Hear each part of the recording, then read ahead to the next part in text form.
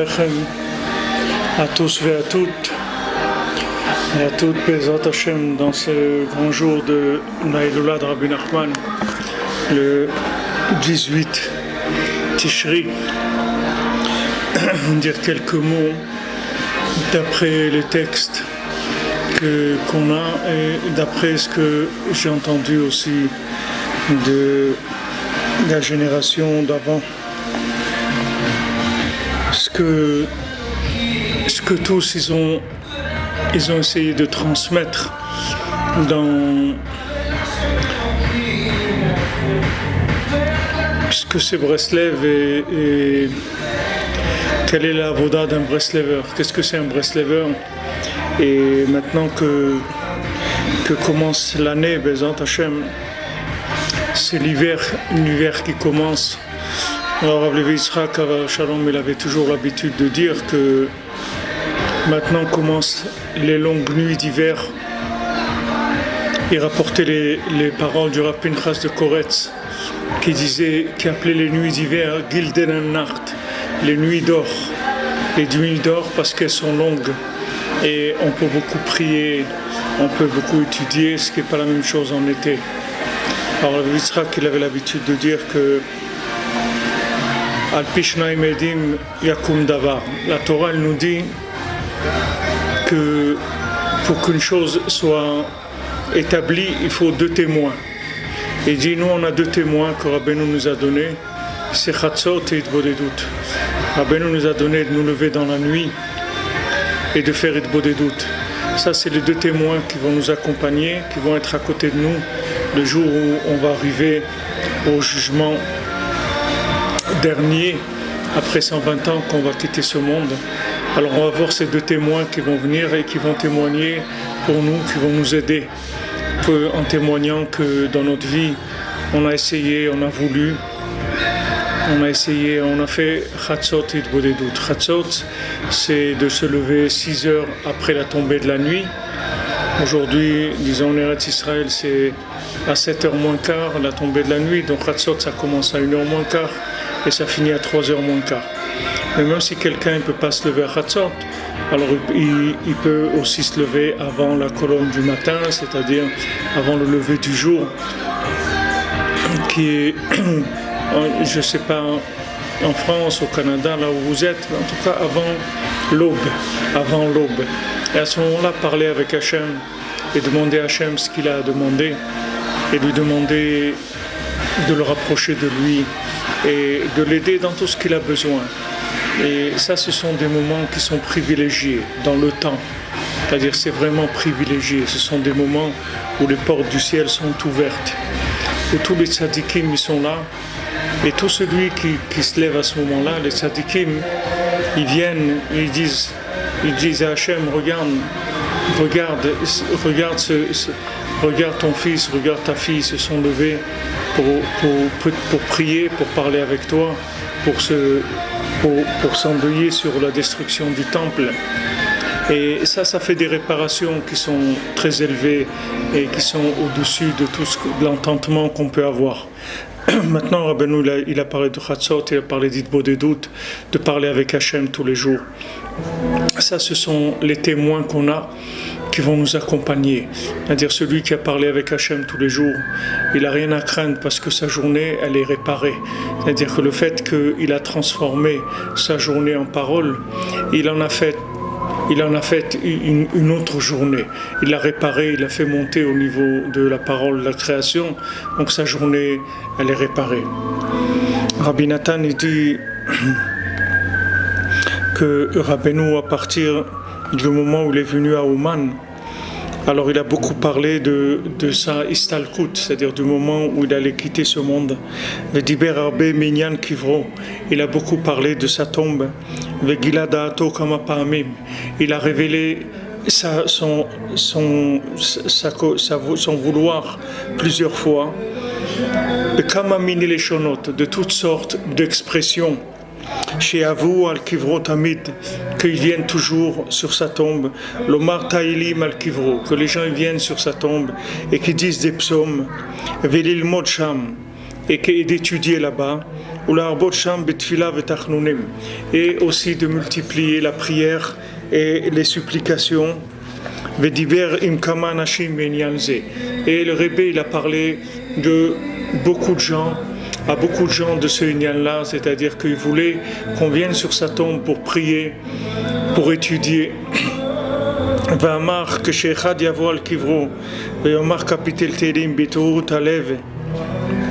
Que quand quelqu'un viendra sur sa tombe et il va dire des psaumes avec son cœur, le Rebbe, il aura un très grand plaisir de ça.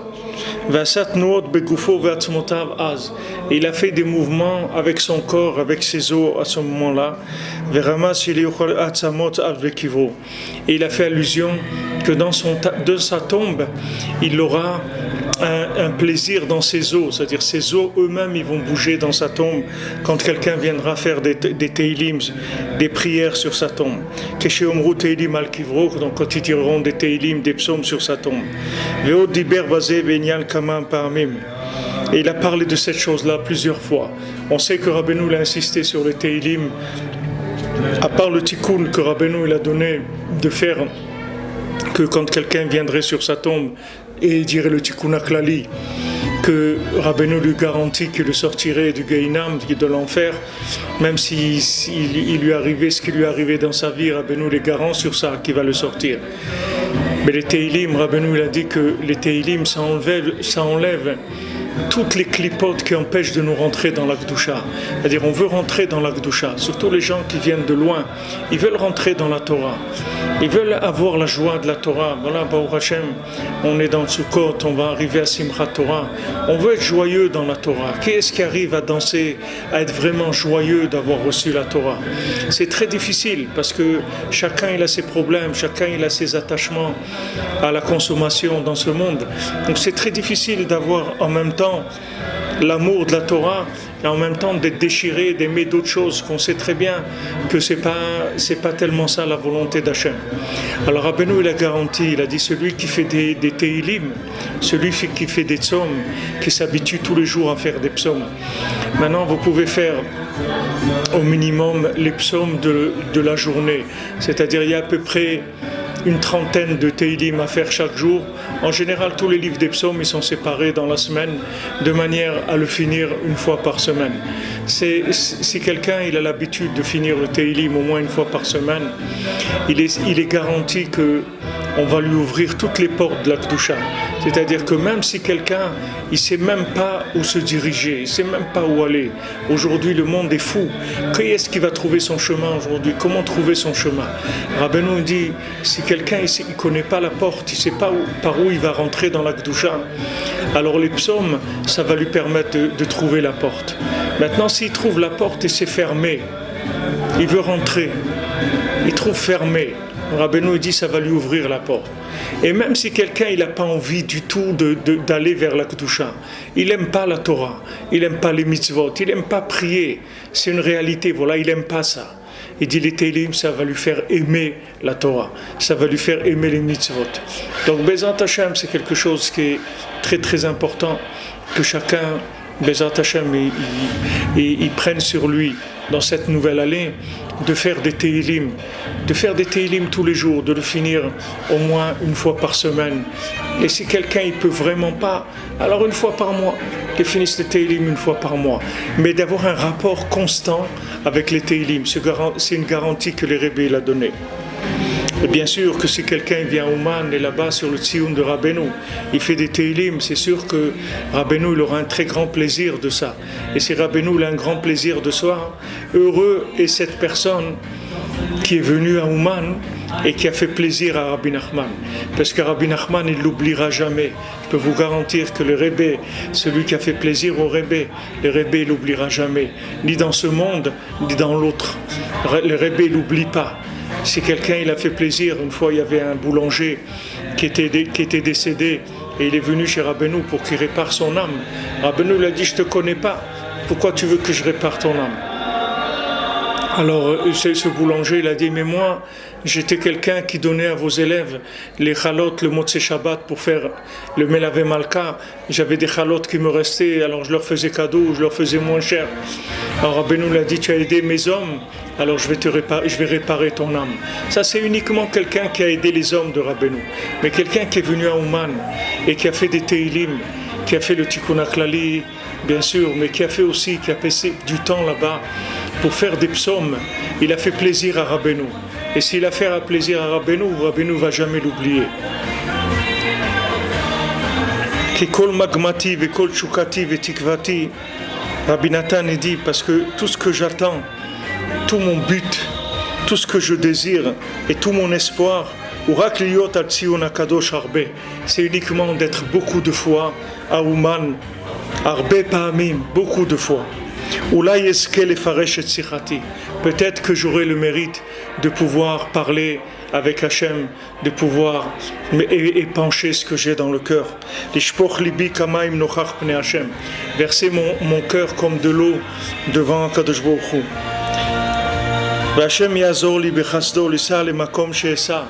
Et Kadosh Baruch Hu m'aide dans sa bonté à voyager là où je vais voyager. Aller prier à l'endroit où je vais prier. Que Béhémet, je ne sais pas du tout la grandeur du Tzioun de Rabbeinu. Ça, c'est Rabbi Nathan qui parle. Il dit, je ne sais pas du tout la grandeur du Tzioun de Rabbeinu, jusqu'où elle arrive. Bezrat Hashem, Rabbi Nathan il nous dit, mais ça, je sais clairement que Bezrat Hashem,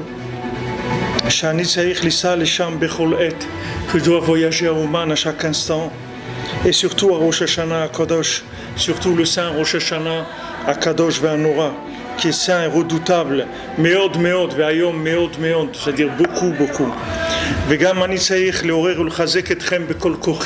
Je dois aussi vous éveiller, vous encourager de toutes mes forces, avec toutes sortes de paroles de vérité qui existent dans le monde. Chez Tisku Gamkem Liotcham, que vous ayez le mérite aussi d'aller à Ouman, Kiu Chayechem, parce que c'est ça votre vie. Rabbi Nachman, il est venu pour réparer le monde. Rabbi Nachman, il est venu pour terminer tout ce qui a été commencé par Hachem, tout le Maaseh Bereshit, tout le projet d'Hachem. Rabbi Nachman, il est venu, il a dit, j'ai terminé, je vais terminer, j'ai gagné, je vais gagner. C'est-à-dire qu'il est venu pour terminer entièrement la réparation du monde.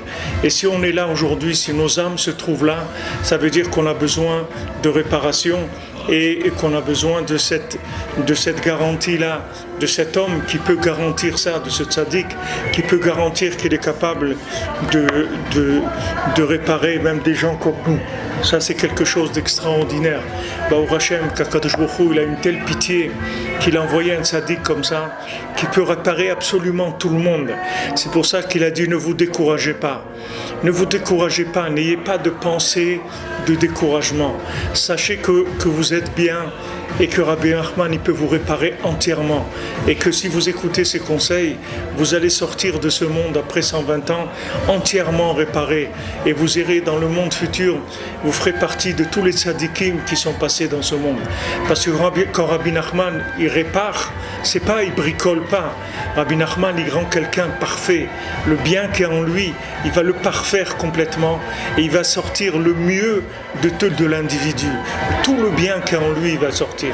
Uniquement si on écoute ses conseils, si on s'attache à lui, si on vient au Man, si on essaie de fréquenter les centres Breslev, les endroits où Rabbeinu il est présent, où le souffle du tzaddik est présent. Tout ce qu'on a à faire, c'est uniquement de nous attacher à lui. C'est lui qui a la force de réparation, c'est pas nous. Nous, on peut que s'accrocher à lui. Lui, c'est lui qui a garanti, qui s'est engagé à nous réparer. C'est pas nous. Nous, on est ce qu'on est. Mais lui, il s'est engagé, il a dit, peu importe comment tu es, moi je m'engage à te réparer. Moi je vais faire de toi un tzaddik. Moi je vais faire de toi une tzaddikette. Rien qu'écoute-moi, c'est tout. Écoute-moi. Alors Bezrat Hashem, c'est le jour de la Iloula. Le jour de la Iloula, la neshama du tzaddik, elle est très présente. Alors dans cette journée, Bezrat Hashem, qu'il nous bénisse à tous, à toutes. Que Bezrat Hashem, chacun, il ait confiance dans le tzaddik, qu'il ait confiance en lui, qu'il ait confiance dans le tzaddik, qu'il ait confiance dans Hachem, qu'il sache qu'il est bien, qu'il ne se décourage jamais, qu'il sache que toujours le tzaddik il va être là pour l'aider, pour le protéger, il ne l'abandonnera jamais. Uniquement qu'il ait confiance en lui, c'est tout. Uniquement qu'il ait confiance en lui. Le tzaddik, il ne l'abandonnera jamais. Du moment où quelqu'un il a un contact quelconque avec Rabbi Nachman, le Rabbi Nachman il l'abandonnera jamais. Il fera de lui le maximum de bien qu'on peut sortir de cette personne.